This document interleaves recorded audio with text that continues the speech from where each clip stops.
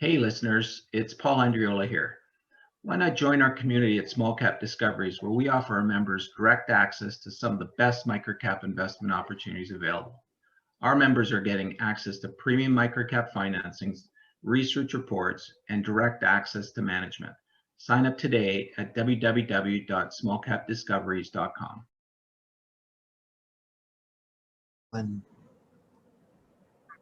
Hi, everyone. Welcome to the Small Cap Discoveries conference call. Today on our call, we have Doug Dyment, the CEO of Gatekeeper Systems. Gatekeeper trades on the TSX Venture Exchange under the symbol GSI and on the OTC under GKPRF. The company is currently trading at 71 cents with roughly 90 million shares outstanding, or about a $70 million market cap. I'd now like to hand it over to Paul Andriola. Great, thanks, Trev. Great to have Doug back. We go back with Gatekeeper a fair number of years, and really happy that we can always get a chance to chat and get updated. So, Doug, I want to welcome you back. As this is an update as opposed to our first interview, why don't you give the listeners a brief summary of what Gatekeeper does, and then we can get into some questions and updates. Yeah, sure. Appreciate it. And thanks, Paul and Trevor, for inviting me back to give a brief summary on what's been going on at Gatekeeper, as well as for some of your new investors, that may not know Gatekeeper all that well, to give them a high-level view on Gatekeeper. So Gatekeeper, I mean, really, Paul, you're well aware of this. Gatekeeper's building out a data company. I mean, that's the vision that I've got for what we're accomplishing here, and we're doing that by collecting data out at the edge, and what that really means is that our focus is on a few verticals. Two main verticals are the transit market and the K-12, kindergarten to grade 12, by way of transporting these kids on school buses.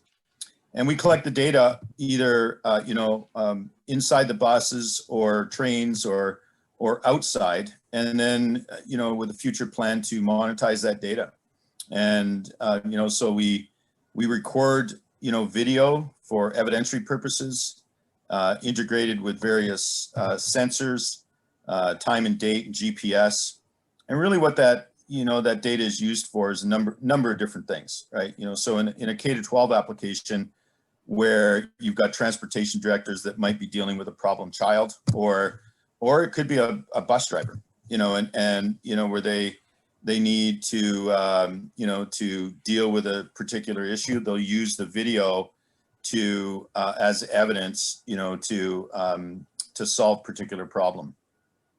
So that's typically happening on the inside of the bus. So it could be a situation where they need to deal with disciplinary on either, like I say, the student side of things, or on the bus driver side of things. On the outside of the bus, you've got dangerous situations happening in and around the bus where the bus driver may not be able to see. So we've got 360-degree, vision systems connected to those mobile data recorders.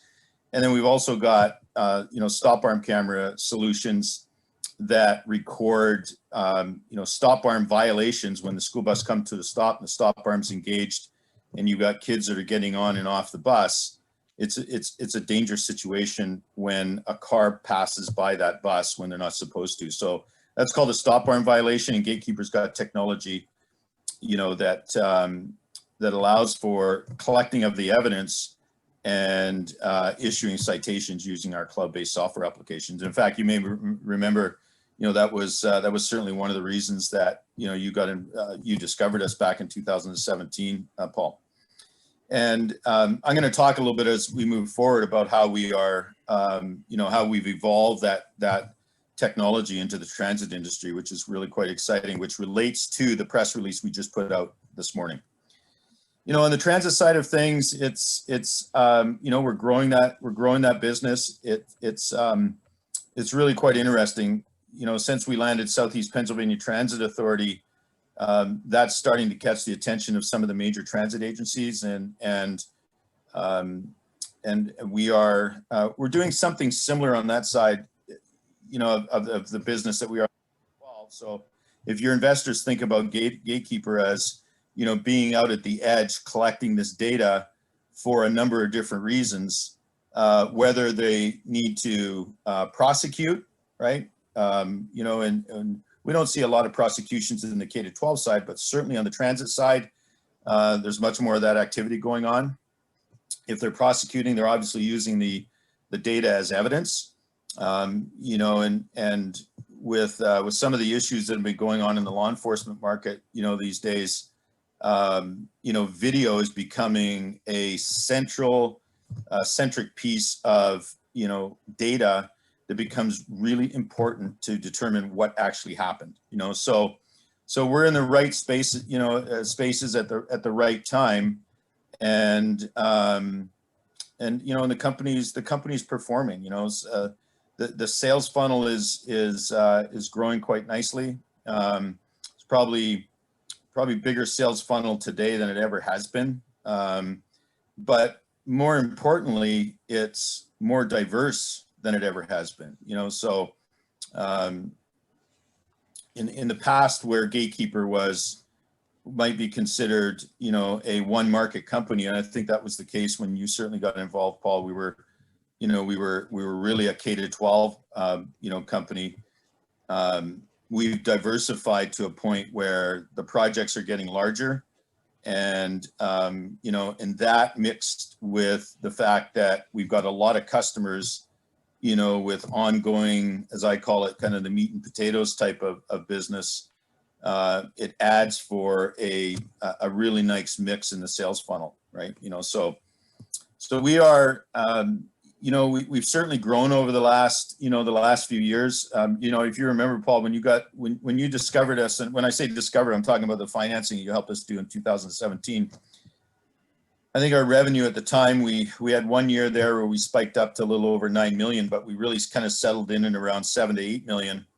And now today, the first 2 quarters were a full year's revenue back then, so it's like I say, Gatekeeper is fundamentally a completely different company than we were a few years ago, so it's going to be an interesting, 24, 36 months as we build a company based on, rock solid fundamentals. Yeah, no, I mean, I do remember back in the day when we first met, you really had one key product. You were starting to launch your stop arm cameras and things like that. But now, as I got ready for this interview, I looked at your last press releases. I mean, you guys have really increased your scope of products that you're selling. Geographically, it looks like you're starting to penetrate new markets, and then even the type of revenue you have, I'd say, has been diversified. So you've done a great job in just expanding all 3 parts of that. Why don't we talk a little bit more about that? You've used the word data a number of times. Back in the day, it was video, right? Now we're talking data. I'm a big believer in companies that are able to collect and use data, actionable data. Maybe I should ask this question later on down the road, but I'm just trying to get a sense of where does this go? Like, what is the longer term strategy? How are you guys going to? Are you going to continue to sort of bring more products to your existing clients, or do you think you're going to go into a new client base, different market altogether? What can you tell us there? That's a great question. We are going to say, we're going to stay laser focused, on the current. How do I answer this? I don't want to give your investors the impression that I'm not interested in growing an explosive company, right? So I want to make sure I communicate this properly. Our current markets, as far as I'm concerned, are K-12 and our transit market. We have enormous growth potential just in those 2 marketplaces. That doesn't necessarily mean that our technology can't be scalable into other, niche vertical markets. But at the moment, we want to grow this company to the next level of revenue. And if we're successful in executing on, I would say, 3 or 4 or 5 things in our sales funnel, that's going to happen. Now, where the market values us, that's hard to say. So my goal here is to make darn sure that our team laser focused on a couple of initiatives, right? You know, number one, stay focused on our current markets, right?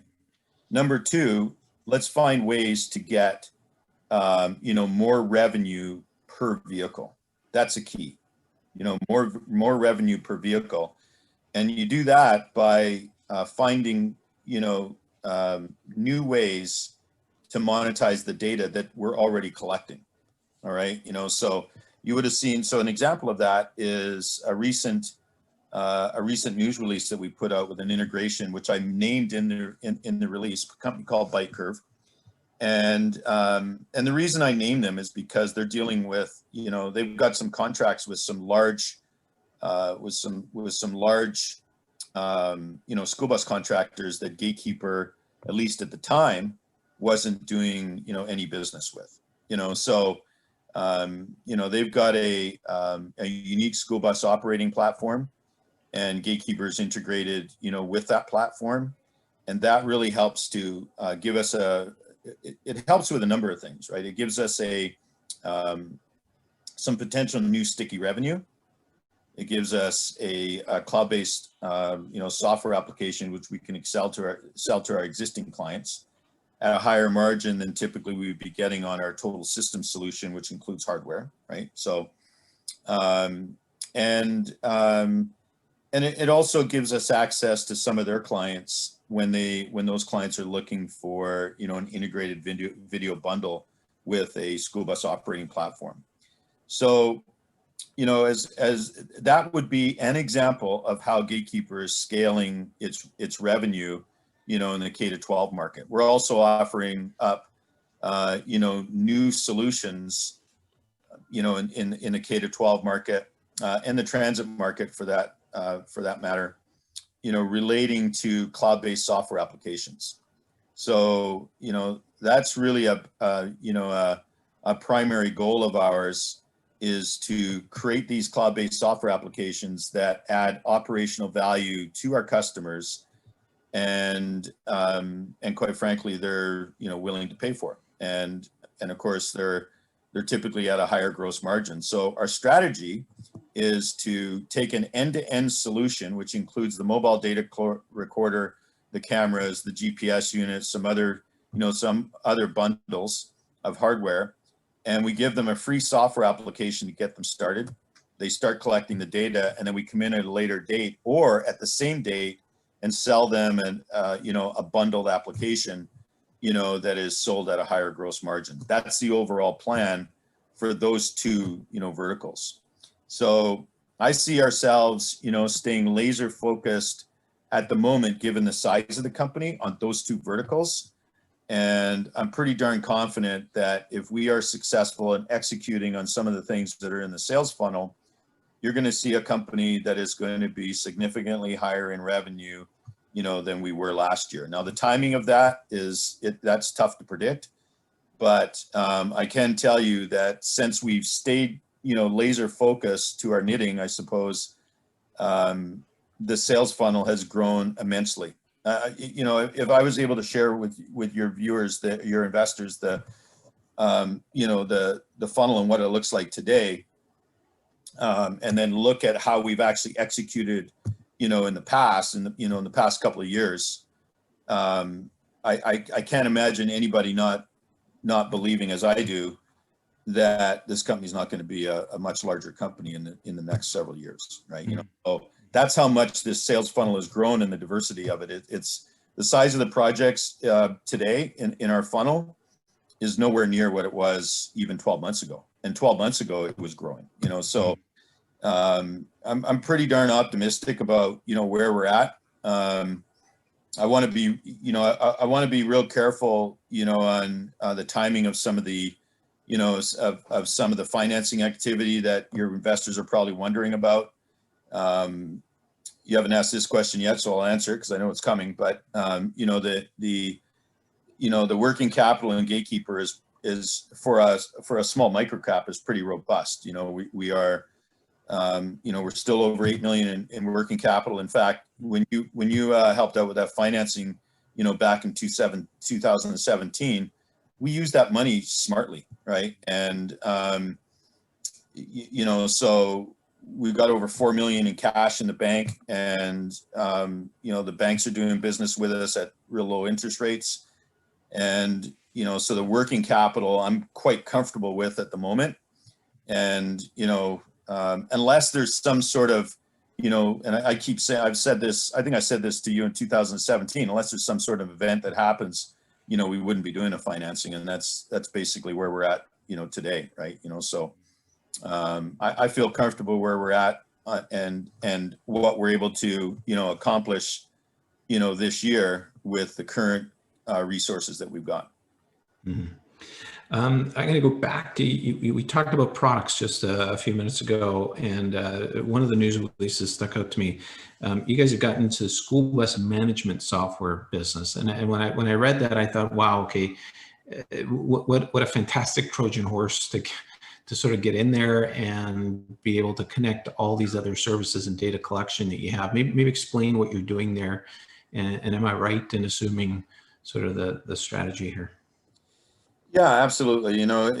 We're just finding that, more and more, video is such an important piece, to the operations of a business, and if we can help coach our customers on how to use video more efficiently, in the operations side, I think that there's a big opportunity there, so it just made sense for us to find an operating platform, that was quite frankly developed by, some long-term, high-level managers in that business, that just made all the sense in the world, so really what the overall goal here is to integrate with, with software operating platform, that is used every day.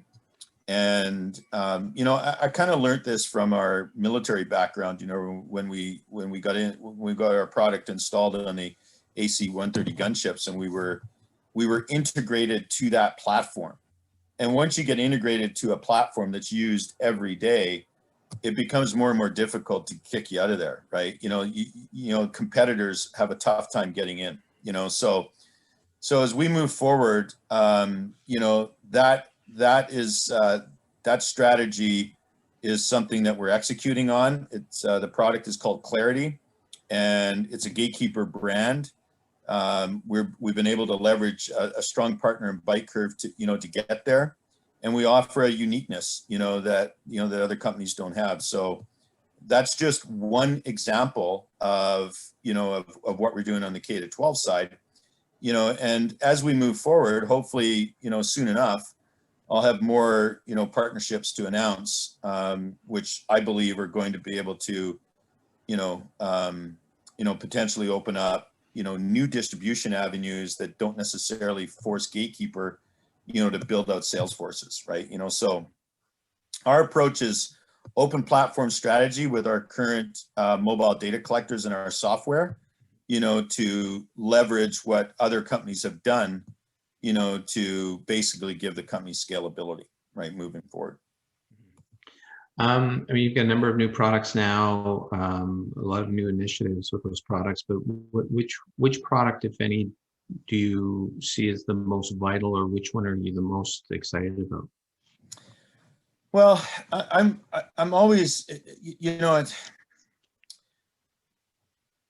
what's kind of interesting here is that we've expanded our base product line, and while that might not seem exciting, it offers our customers the ability to look at one vendor, being Gatekeeper, and choose whatever they want. They've got everything is in our catalog, and so that's the exciting part. We've expanded the product line in order to really give our customers a complete choice of anything and everything, right? And we've done it in a way where it doesn't necessarily stretch our resources, to a point where, we've got to go hire another 20 people, to, handle all the maintenance of line. And, so this consistency in our platform, it's a pretty smart build out by our group, right? So, So that actually, even though it's, like I say, it's not that exciting,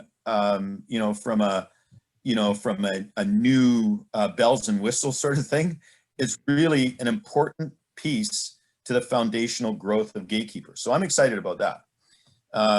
You know, secondly, what's really got me, you know, intrigued is this whole area of AI development, right? And because without AI, data is really dumb. It just sits there and it gets recorded to a hard drive. Well, if you can't do anything with it, you can't make decisions out at the edge, you know, you're going to have humans, you know, make those decisions for you. So I see that as really you know, an important initiative for us, you know, moving forward is really bringing that data to life, right? And today's announcement, you know, our automated lane enforcement system, you know, for transit, that's a new market, right? And I've been keeping that really quiet. You haven't seen any press releases on that. I knew this talk was coming up, so I thought I better get this press release out, not just for you, Paul, but because I did want to talk about this, but and I wanted it out in the public domain, but for other reasons, right? We've got a lot of activity that's been going on over the last year and a half, you know, in and around this new category. And there's not a lot of competition in there yet. I don't know if your investors are watching this, but you know, American Traffic Solutions was a special purpose acquisition company now called Vera Mobility. You know, and they just acquired Redflex. So there's a lot of activity going on, you know, in this video enforcement market, and Gatekeeper is right smack in the middle of it. And you know, so we typically, and I think you know this about me, we typically don't blow our horn. I'm more focused on, and what I mean by that is that, you know, we're not out there, you know, doing things, say, on the capital markets side of things just for promotional purposes. We're more in, you know, building the relationships and trying to land contracts. That's one of the reasons our sales funnel is so thick, right? You know, and it's so diversified now. You know, so I'm really excited about this. I think that what automated our automated lane enforcement product does is that it really helps transit agencies to you know, to get more efficiency in their operations. So as an example, you know, as we come out of this COVID environment, you're likely going to have, there's likely going to be more people that are going to be using Ubers. You know, there's going to be more traffic downtown, and that's going to cause congestion.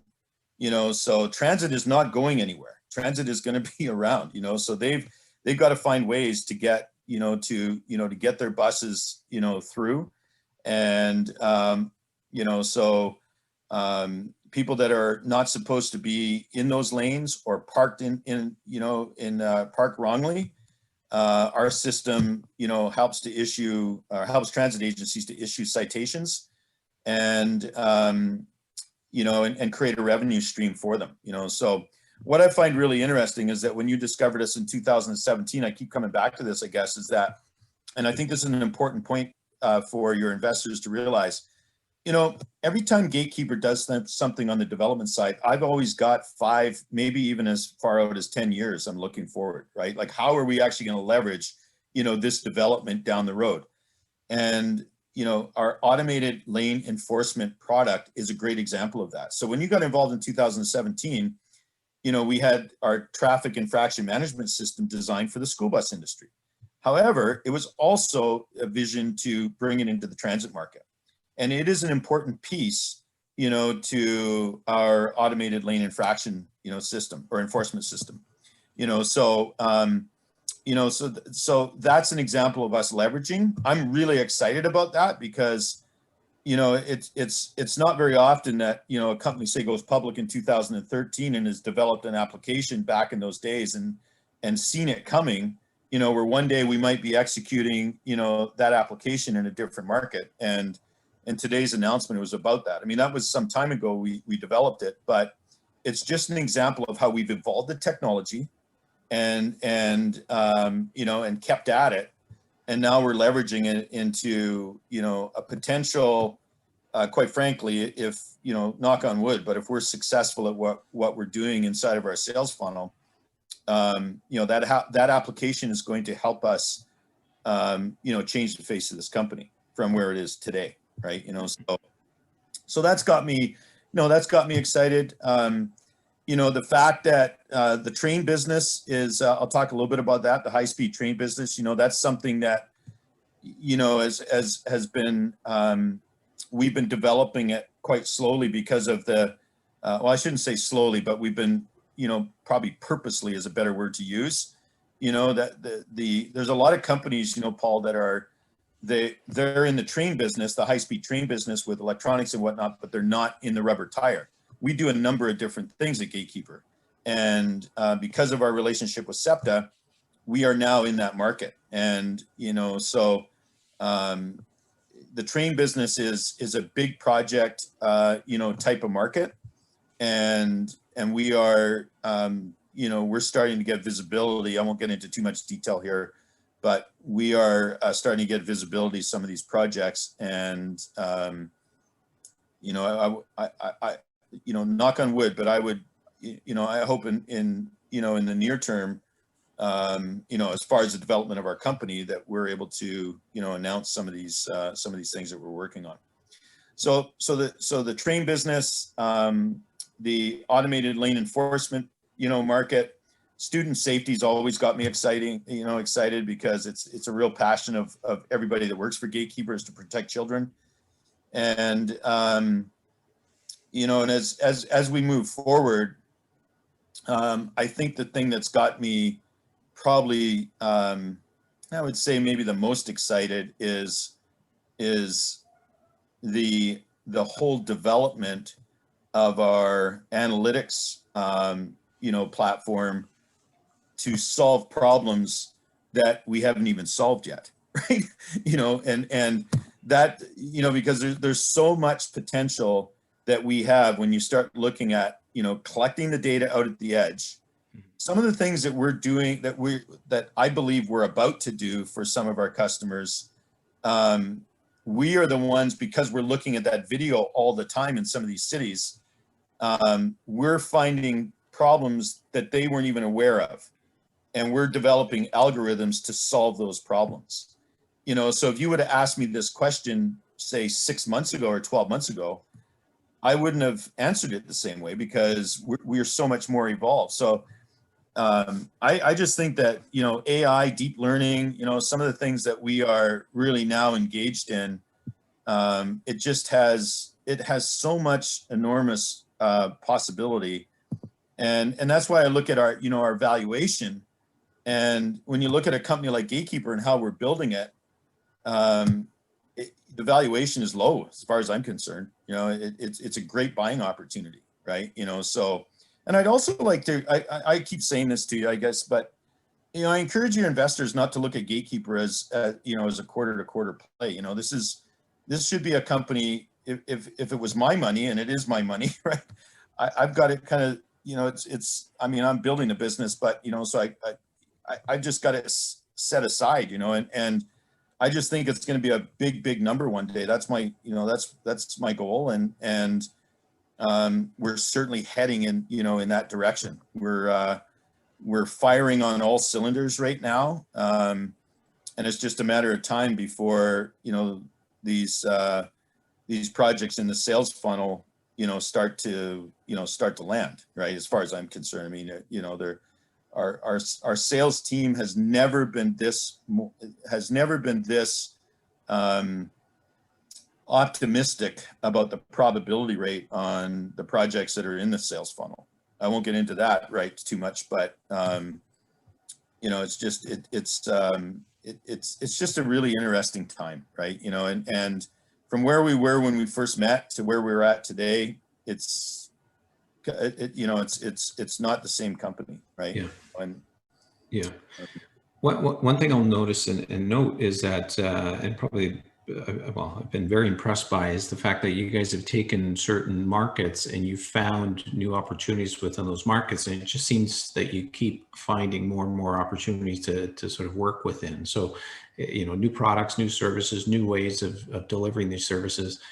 I just remember it used to be videos for inside of buses. That's where it started. And now look at all these new products that you guys have managed to bring out. So congratulations on that. I think that's the beauty of microcaps and small businesses that theoretically are starting to dominate a niche is that they can bleed that niche into so many other niches, then it compounds. So that's the way I kind of see what you guys are doing.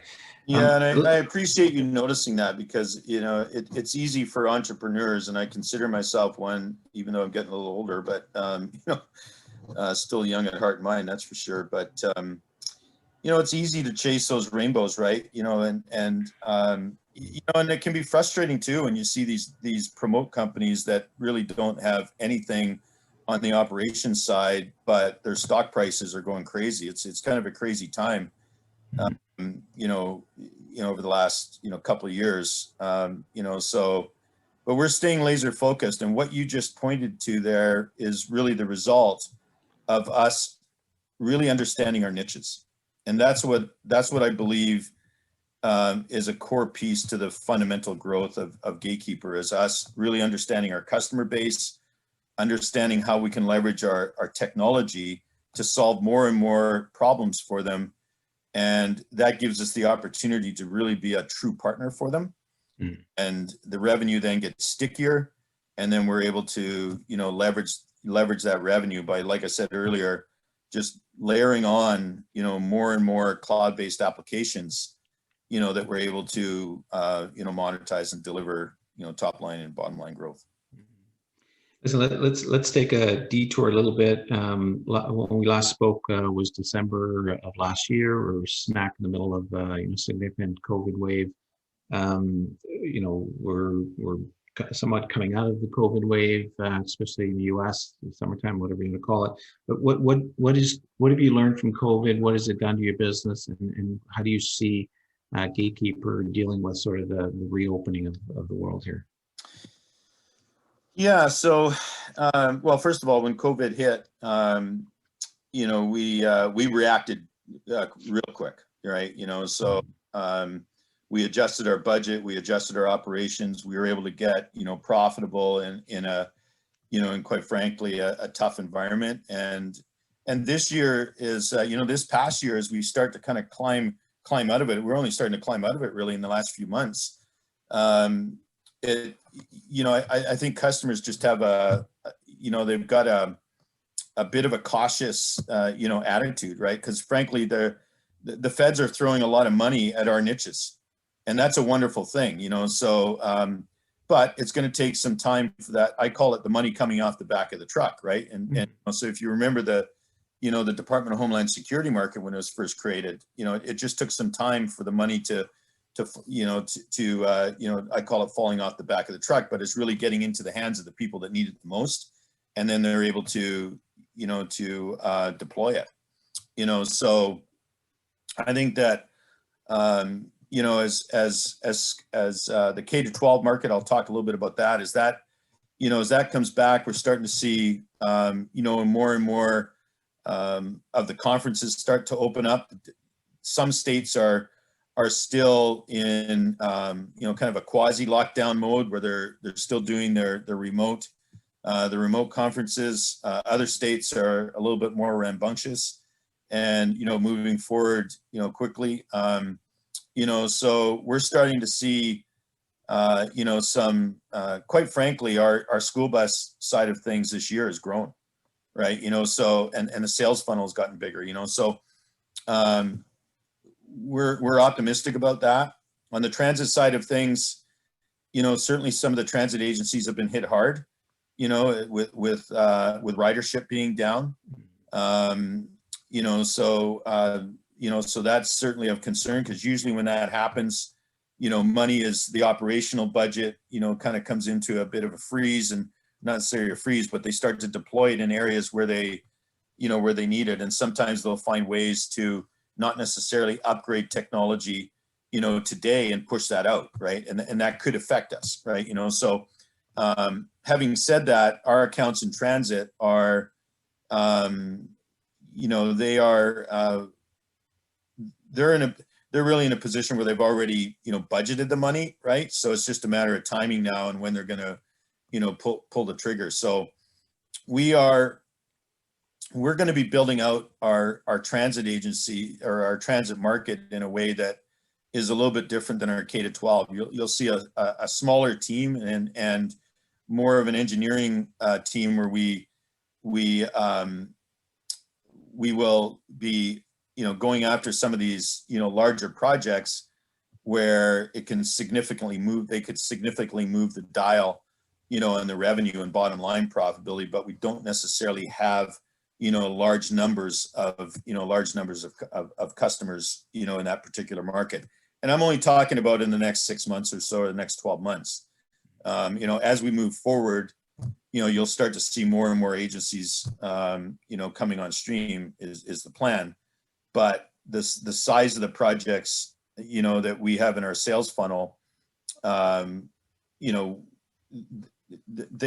really significantly larger, and take a different resource, than say the K-12 market, right? So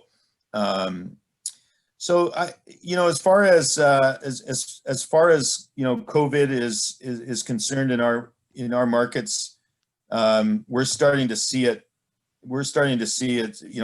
Things getting somewhat back to normal, and it'll be interesting to, like I said earlier, be interesting to see how the money flows, and how it falls off the back of the truck. But my goodness, by the numbers that we're talking about. Let's assume for a moment that Gatekeeper's got, say 10% of the market in general, right? Well, 10% of the money that, that's being allocated by the feds, that creates well over $100 million in revenue, so well over, so we're optimistic. It's one of the reasons we're staying laser focused, Paul, because quite frankly, we are in a market that I've never seen these kind of conditions before, right? Just like we haven't seen the stock market, quite as robust as it has been.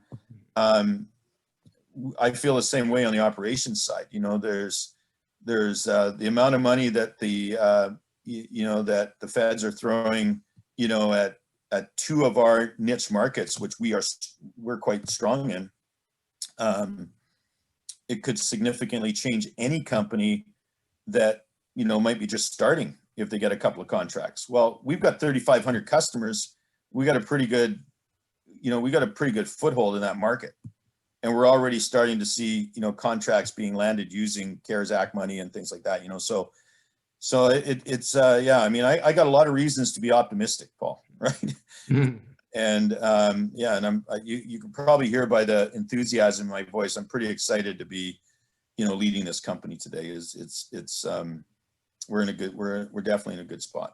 Good spot, absolutely. I want to remind all the listeners, if you've got any questions you want me to ask Doug, please use the chat function, and I'll do my best to make sure Doug gets the question. Doug, you've had a number of contract wins. This kind of goes back to a little bit about your excitement and some of the things you alluded to where the business could be going. But some of the contract wins, they're not all the same. Like there's some that probably we should focus on a little bit more. And what I'm trying to get out of you is just that, like which contracts that you've recently won do you think are an indicator of things to come? Like, is it a specific customer or maybe a sector or product? What do you think we can focus in on, try to read through some of these contract wins you've had recently? That's a sneaky question. It is. Yeah. So I tell you what, I'll answer it this way. Every time that I put a news release out, I'm trying to, without attracting attention of the competitors, I'm trying to, state the obvious, but there's usually something going on behind the scenes that I can't talk about, but it's there if you read between the lines, right? So if we're putting a press release out on, on something, there's usually something going on, that is a potential seed planted in a particular geographic region, or like today, for instance, we put an announcement out. It's not a deal flow. Our investors, by the way, I'll probably get a bunch of calls saying, we don't want to hear about the technology releases. We just want deal flow. I get a lot of those calls, right? But if Dyment puts out a press release on an automated lane enforcement, a product or technology, then there's probably some fire behind that smoke, right? So I would pay attention to that if I was an investor, and just keep watching what's going on. As far as deal flow, look,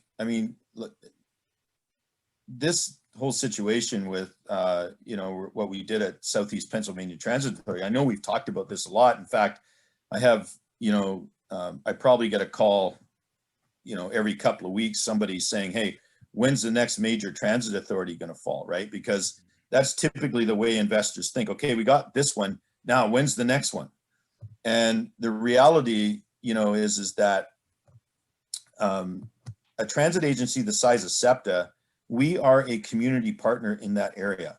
So that deal that we announced with Philadelphia Public Schools, pay attention to that, because that is an example of how the strategy is to become a community partner and start to dominate,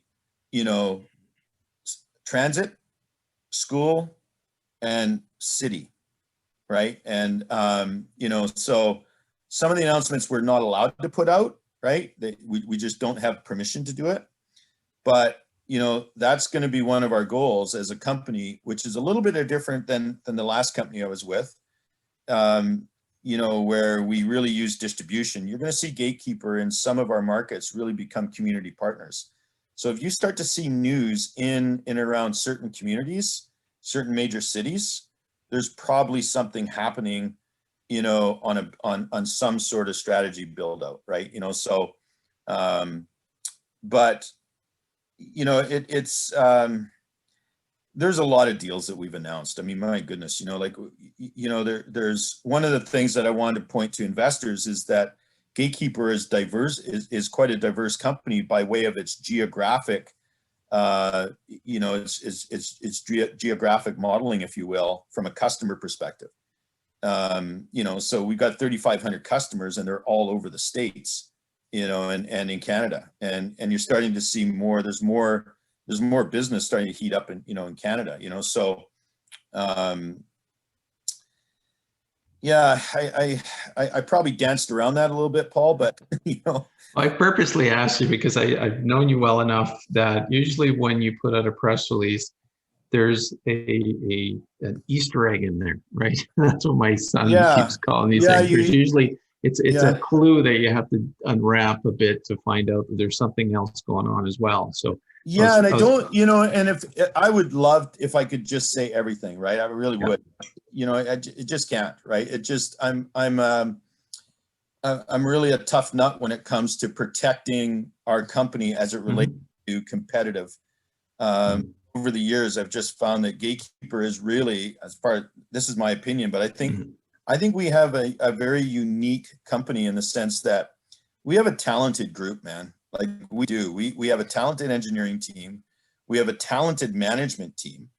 Operationally, we're rock solid.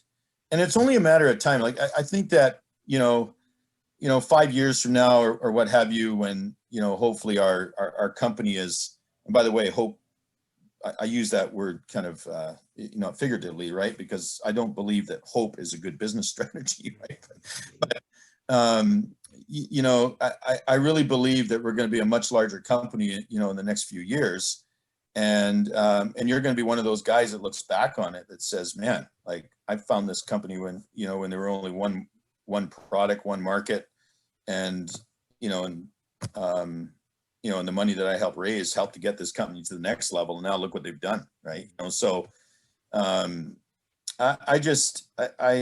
really protective of how competitors, monitor us, and with the current, it's a balance, as if we had a much bigger balance sheet, right, and we had an enormous amount of cash in that balance sheet, I might be doing things a little bit differently, but it's a slippery slope with dilution, as dilution can be a lot like debt in the sense that when if you're diluting for you know, you better be ready for, you know, some significant, you know, significant growth. And we are, right? Like we're ready, but we don't need to dilute, you know, so way of financing, you know, so I just, you know, our competitors, you know, some of them are, you know, are bigger and they're perceived to be stronger, but they don't have what we have. You know, they just because you're big doesn't necessarily mean you're good at executing in niche markets, right? And Gatekeeper is really good at doing what we do, and we need to keep it close to the vest at times. Although it's killing me not to blow my horn more, right? You know, but still, that in my view, that's the best thing for the company. Yeah. And I think what you're going to see happen in this organization is that, you know, with our currency, is one day you're just going to wake up and the currency is going to have gapped, right? Just like we've seen, you know, we've seen it trade, you know, above 40 there for a little bit. I think it closed that day at $1.30. It's obviously it's pulled, you know, it's pulled back, but still, none of that activity really was, you know, had anything to do with, when I say activity, I'm talking about the downward, you know, push on the stock, you know, the pullback, I suppose. It didn't have anything to do with fundamentals in the business. The fundamentals are still there. So I'm a firm believer that one day you're just going to wake up and, you know, some people are going to say, shit, why didn't I invest in that? Right? Like I knew it, I just didn't, you know, so. You know, you talk about big companies, small companies, but almost every, you know, large company start off as a small company. So, you know, there are advantages to being a small company. And I agree with you. There's some disadvantages to being a small public company because you have to disclose things where, you know, competitors get access to information that sometimes. Yeah, absolutely. And that's a balance, right? And that's a, you know, our investors need to be updated. We try to do the best job that we can in our MD&A and, you know, and obviously in our financial statements, but along the way, in between those, you know, in between those filings, you know, I try to give the information that as best we can, you know, without putting us in a vulnerable position, right? Especially given what is actually going on in this business relating to some of these projects that we're working on. It really, quite frankly, it's time to stay quiet. And investors don't necessarily like that, but I'll guarantee you the alternative is could be losing. And the ones that are in long are, you know, it's in my view, it's those are the people that are really going to understand what it is that we're going through here, right? And so, if I was to blow my horn and lose a deal, I would, you know, I wouldn't be happy with that, right? Yeah, so, definitely not good. Not good. Yeah. Let's. I noticed one of the recent announcements is you brought on a new director, Corey Muirhead. Maybe just talk a little bit about that and touch a little bit on the whole board, I guess. Yeah, so, you know, our board, our first of all, I'll talk about our past board. You know, like they did a wonderful job keeping me focused back, you know, at a time when we could have been doing some other things with body cameras and whatnot, and we stayed focused on, you know, in hindsight, when we look back, we stayed focused on landing some big projects in 2016-17. We completed that, you know, we completed the financing with your help. And we stayed true to the focus strategy, you know, and you know, so the board members of the past had done a really good job in, you know, in keeping their CEO, you know, me, you know, laser focused, right? Because I do have a tendency to stretch the organization, and I think that's important. You know, we need to do that, but it's got to be done, you know, in a you know, in a reasonable fashion, right? So. It was time to, as the company grows, it was time to add some, you know, some new expertise. And so we brought on Colin Sutherland and Corey Muirhead, you know, and Colin adds some, you know, some capital market support, as well as he's a strong operating CFO and that really helps, so he understands the financing side of things. He's at the right time, if called upon, he can sit shoulder to shoulder with me and at the street level, and so that's quite supportive. Plus he's a strong, strategist, right? So Corey Muirhead, Corey's only 39. I think he's 39 years old, 40 years old. He's been in the industry. He's executive vice president of Logan Bus. And, so his expertise and connections up in the Northeast politically are fantastic, right? He knows the market. Him and I have seen alignment on the integration of technology to help support operations, because he's an operator. So he just thinks that he could have sat on the board of, quite frankly, of a number of companies, but, he chose Gatekeeper for a reason. And, he just sees this vision that we have to grow Gatekeeper into a data company as a real good opportunity. If you look at what's happening in the K-12 market, you got more private equity money coming in. He sees that. You got electric buses are growing. President Biden has said he wants to replace all buses, with electric vehicles over the next, say, 10 years. Corey is at the forefront, of the Contractors Association in New York. He's the president. This will be his last year as president, but, he's got his finger to the pulse of, that, as it relates to, the Northeast and the market. And we've also got other strong, directors as well. Charlie Bruce is also, and, he's helped us immensely. He's with one of the largest transportation contractors globally, and very strong director. And Dave Stumpo is he's still on board, and he brings a strong experience on the transit side. So while the board has stayed, pretty tight as far as numbers, we've expanded our capability, right? As far as just the level of knowledge. And you'll see this, you'll see expansion as we move forward as well, right? As we start to move into, more and more of the data side, we'll be evaluating, good directors, that can help support our growth for sure. Good sign. Good sign. We're going to be running out of time here, so I'm going to ask a couple of the questions that the listeners have here. And one was a question that I think anybody in the tech space is dealing with right now. But are you guys being affected by the chip shortage at all? I mean, you guys are hardware, electronics product companies as well as software. But any effect to you guys? Oh yeah. Everybody's affected by it. You can't get around that, right? So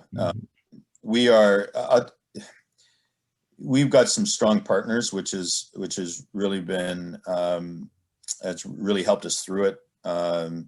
Inventory, commitment is always a tricky thing, but our team is managing through that process. And the fact that we're in a strong cash position and we got lines of credit set up and we're profitable, it just helps us, deal with any type of inventory issues that we might have, right? So, and keep in mind too, that some of the larger, like the mix in the sales funnel now is it's getting, even though it's tight in two niches, niche markets, the diversity in that allows us some flexibility with delivery depending on the timing of landing some of the projects.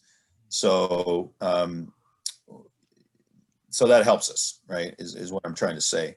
But yeah, I mean that the global shortage, caused by the pandemic in the electronic side has affected everybody.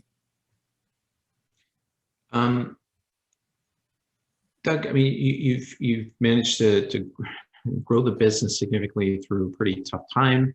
The business has certainly grown considerably and very different than where it was 2017. We're still a small company, still a lot of challenges. What keeps you up at night? Like, what is it that still, Gatekeeper could be doing better, and what does keep you up at night? On one side, I ask myself that question just about every night, Paul, right? Like, why am I not sleeping? It's not just the heat anymore. It's a little more. Right. But, so I think that anybody that's in the position that, the Gatekeeper's in, the CEO is gonna share, is definitely going to experience some stress. So what keeps me up at night is just execution. It's that simple, right? I mean, I use that word a lot, right? But we need to execute, and there's a lot that goes into execution, right? So I've talked a little bit about dilution today, and I do not want to dilute this company. That's a slippery slope. That's, like I said it before, to me, that's like, it's like debt. It comes wrapped up in this nice little wrapper. And then it can just eat your lunch as an investor, right? So how do you solve that problem? Well, you execute, right? You have to have strong operations, and you get some investors that want to see the top line. Well, in order to grow the top line, then you have to be stretching the organization. Typically, that costs money, right? So where's that money going to come from? If it's not coming from operations and higher margin business, then, unless you've got some other ideas, Paul, but you're coming from a debt vehicle or it's coming from equity. Those are the two, so I just think that that's probably the one thing that keeps me up late, because I feel I'm shoulder to shoulder. I've said this before. I'm shoulder to shoulder with our investors, I'm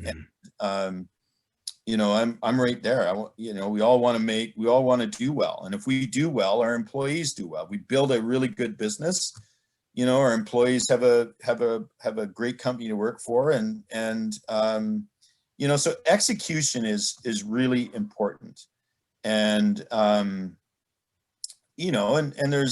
it's a fine balance, because Gatekeeper has, we've got a good, strong customer base. We need to continue to build that, that base customer base, because it delivers the meat and potatoes, as I call it, right? The basic systems. We need to plant as many, mobile data collectors as we can and collect that information. And then coming behind it, we've got some of these exciting, areas such as automated lane enforcement and some of these other areas, and monetizing that data. So, it's the people strategy, where I'm focused on that. It's the timing of, a few other things that I'm working on operationally. But if I was going to wrap it up all in one word, it'd just be execution. I mean, we've done a really good job of executing over the last, few years, and we just need to continue to do that. Right. And, but I think there is one thing that does bother me, and I'm sure it bothers all investors, right? Is that you look at this market, and investors can go try to time this, I guess, is how do you pick your horses, right? Like, what horses are you going to pick? You want to pick a company that's that has no revenue, and it's got a lot of these companies that have stock prices that and market caps that I shake my head at. They haven't even begun to build their operations yet. They don't even have, I don't even think they have budget to build operations, because they've never done it. They're focused on press releases and stock promos. And I get pretty passionate about that kind of thing, because I've built operations and our team knows how to do that. And if you can't get that done, then fundamentally at the end of the day, you're not going anywhere, right? So some people may make money off the run, but there's going to be more people that are going to lose money because a real business hasn't been built, so that's where my focus is let's build a real business, and let's get this company to the next level. And then we'll look at, I don't have a crystal ball, but we'll look at where our currency is, and then we'll start to look at, layering on some acquisitions to accelerate the growth, right? But right now, there's so much in the sales funnel that I know that if we can just execute on what we got going on in the sales funnel, then I can't tell you where the stock price is going to be, but I got a pretty good idea where revenue is going to be, right? And so then it's just a matter of where's that multiple, going to land. Yeah. And Yeah. but Listen, that all falls under the umbrella of execution. Yeah.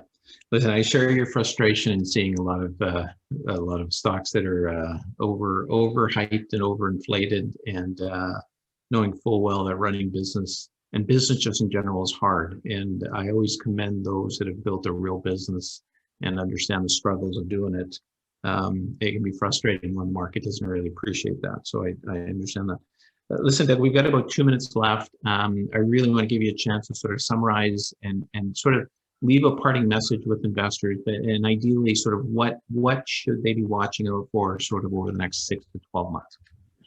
Yeah, so I'll say this, right? That our goal here at Gatekeeper is to build a data company. That's the goal, right? And I've always believed, I said this to you before, I believe that hardware is a race to the bottom as far as gross margin, but it's an important piece to collecting the data, so what investors should be looking for is Gatekeeper to continue to grow that, that revenue. And there's going to be some lumpy quarters, right? I've said that before to you, right? And I would not be alarmed by that, right? That's just, those are just timing issues. But, I would just, educate or, I suppose, guide your investors, if I could give a little bit of guidance here, not relating to revenue, but just on where the business is going. Pay attention to, to how the company's generating cash, right? And how we're actually executing, on our strategy that I've talked about, and try not to get, too emotional about, fluctuations. If you're in this thing for the long term, which I am, I think you're going to do really quite well, right? So we're in a really strong position, and it's not something that's just happened because it's happened. It's happened because we planned it out, and we will continue to to execute in that fashion, right? And so I think the Gatekeeper should be looked at as as one of those gems in the microcap space that's actually delivering growth, profitability, and cash flow. Well, listen, Doug, I mean, I do want to congratulate you. Like I said, it's difficult running a small business, being a microcap company and building a real business. I think that's what you guys have done here. So I commend you on that. I certainly want to thank you for taking the time today and updating our listeners. So as always, great to have you on. I'm sure we'll catch up again, hopefully not too distant future, but great to have you on, and congratulations. Thanks a lot, Doug. All right. Thanks, Paul. And thanks, Trevor, for having me on. All right.